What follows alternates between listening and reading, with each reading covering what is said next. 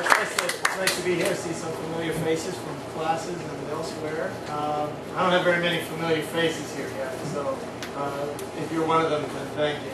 I'm going to talk about some of the things that I actually talked about when I was here last spring, but I'm going to try and put a new twist on it for those of you who already heard that, and talk about how the themes of my book really connect into what I'm doing right now, what I'm looking to do in the future, because the themes of my book are really those that I kind of took from the scholarship of African urban studies over the last 20 years, and my reading of that, kind of providing a roadmap to say, hey, read these things, not my book necessarily, but all the sources in it, and you'll see the way in which scholarship is going in African urban studies.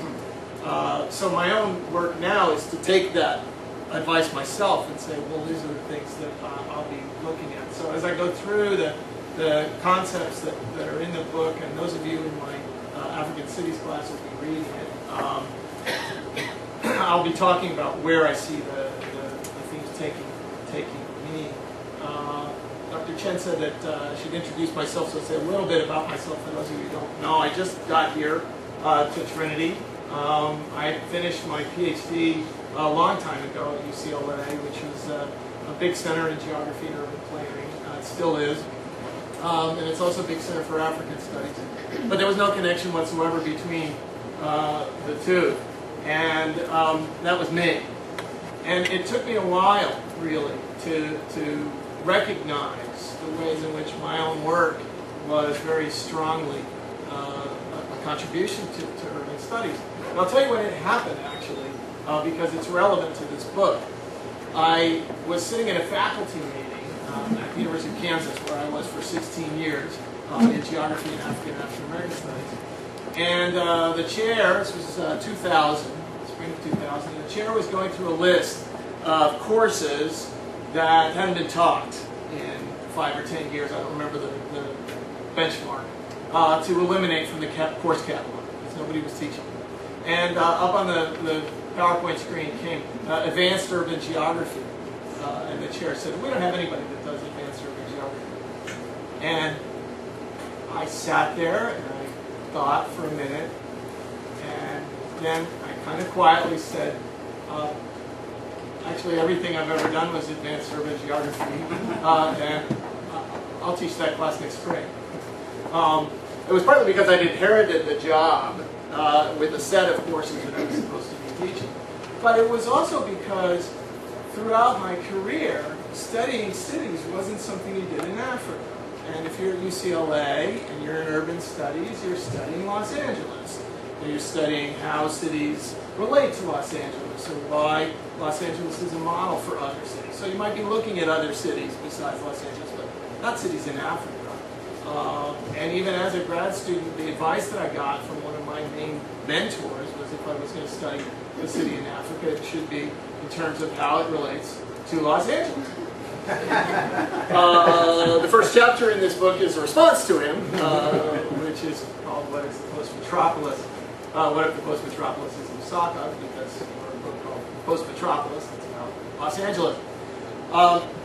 So it got me thinking, why is it that there is this divide? And what can African cities do for urban studies? What can African cities say to urban cities? Why do they matter? And this is where I'm going to take you today. I think one of the things that's made it easy to be talking about this topic in 2011 is that North Africa has exploded, what gets called the Arab Spring. But there are also cities all across the continent that have experienced uprisings of one sort or another, not just this year, but for at least the last 25 years, and in some cases much longer. There's been a period of political change that emanates from cities in Africa out to the countries around them. The historian Bill Freund talks about how it is in cities that Africans learned that they were Kenyans, or learned that they were Congolese, or learned that they were Nigerian. And so it's out of that experience in the cities that the consciousness of nationalism arose.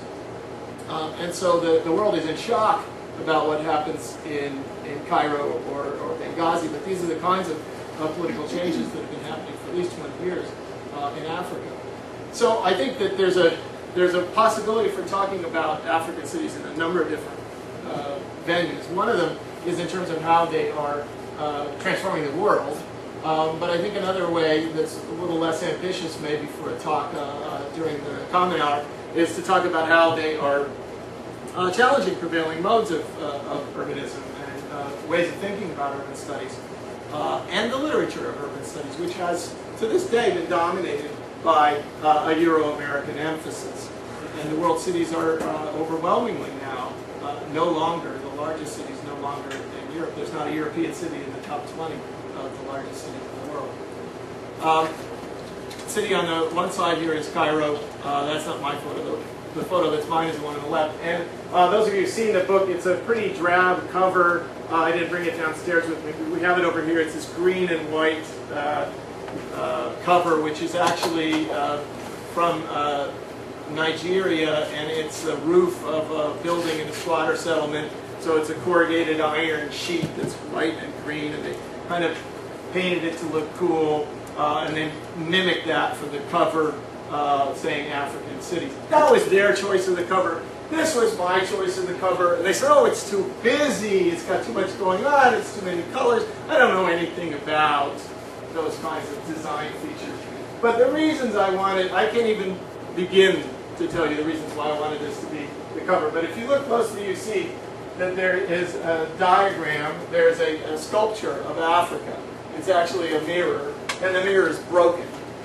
And this is a playground with cars that don't go anywhere, and houses that are half-built but still lived in.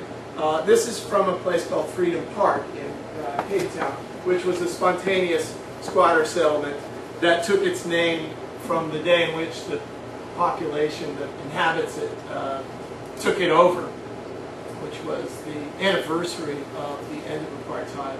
And they figured this is nothing to lose here. We take this land and we call it Freedom Park. They're going to not have any trouble letting us stay here. And the houses were self-built. There are all sorts of ways in which this shows you the ways in which Africans have, across the continent, taken the modes and models of urbanism that in large respects were heavily influenced by European colonialism and transformed them, remade them into their own. As people have begun to see this extraordinary urbanization in Africa, most of the top countries in the world and the rates of urbanization for 40 years have been African countries. So Sub-Saharan Africa is both the least urbanized region of the world and the most rapidly urbanizing. And that's a statement that's been true for 50 years. As scholars have begun to realize that, there's been an explosion of literature.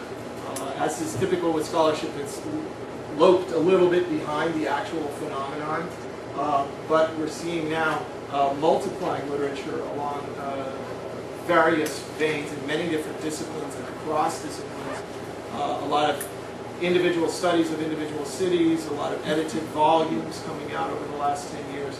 And I think one of the things that even those books miss is that there's a growing capacity for doing research on urban topics in Africa itself. In every country that I've been in Africa, when I visit the university or visit the research centers or visit the libraries, there's a special collections room that is full of studies. And some of the most useful ones, I think it's really telling for Trinity students, are undergraduate honors theses by students at the University of Zambia and Lusaka or Rhodes University in Grahamstown. They're right there. They go right out. They might not necessarily understand the latest hip and cool theories, but they're doing research that really nobody else can do about the place that they come from. And they're really doing it to a high standard. It doesn't end up getting published. It ends up sitting in that special collections at that library. But I think professors beyond that level at the universities are active in the field and engaged in publishing. As the world moves more and more towards this kind of period of electronic publishing, I think their impact is going to be more significant because lot of the